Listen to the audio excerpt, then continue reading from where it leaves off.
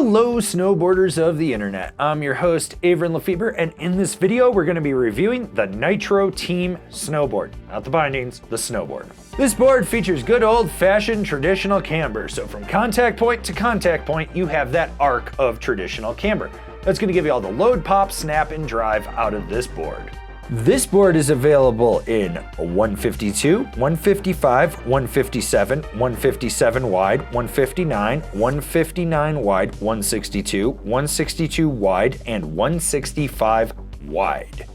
I rode this board on a sunny bluebird day at Copper Mountain that had hot pow, leftover pow, chopped chunder because the powder panic had subsided from the morning. There's a little bit of ice. Found some solid, nice corduroy, there was some wind, and I rode it with my Rome Black Label bindings and my K2 Thraxis boots. There's nothing mind-blowing about the flex of this board. It's your standard run-of-the-mill all-mountain freestyle board.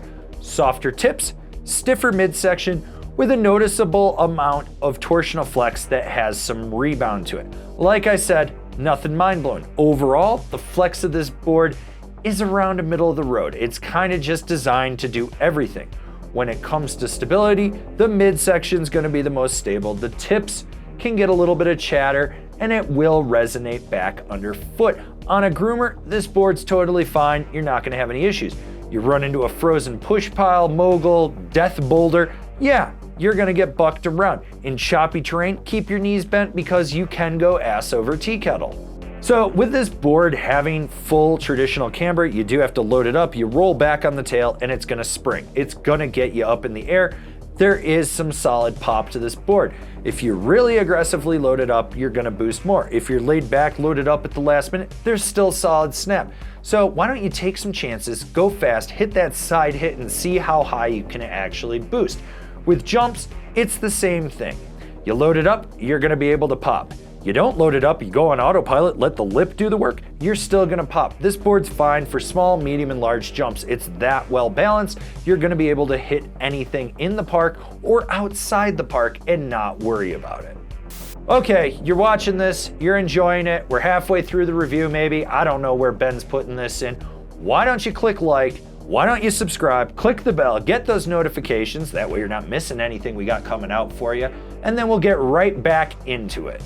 With this board, there's a nice sweet spot at the tip and the tail contact point.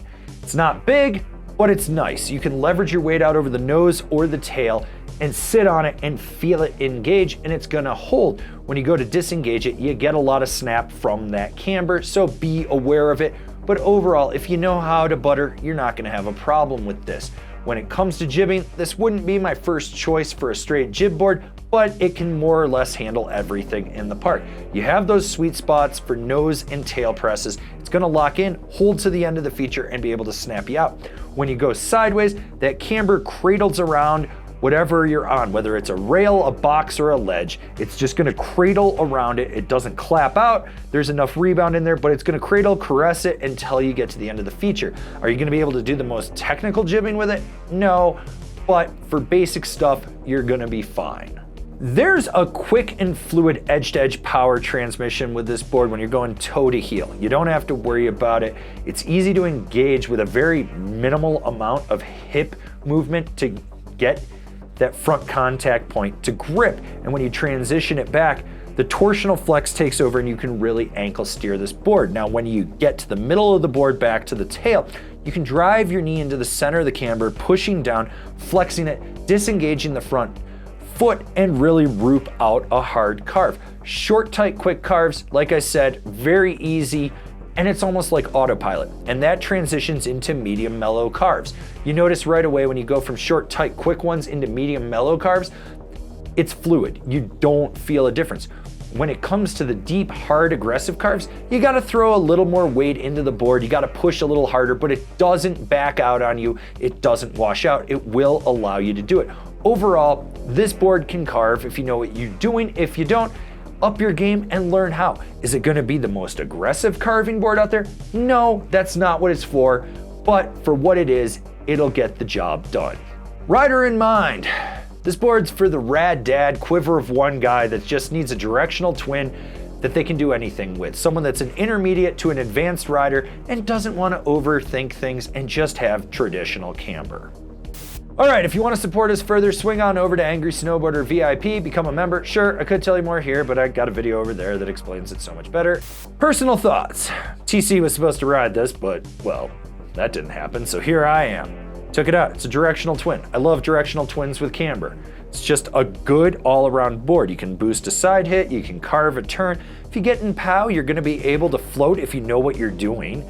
If you don't know what you're doing, you should probably look at a different board, and we probably have a review for that. But overall, if you're just a rad dad that wants one board that you can go cruise with the kids, maybe spray and slay with the lady, and then when you're out with the boys and you got to go hard and charge, you can do it with it, this is it.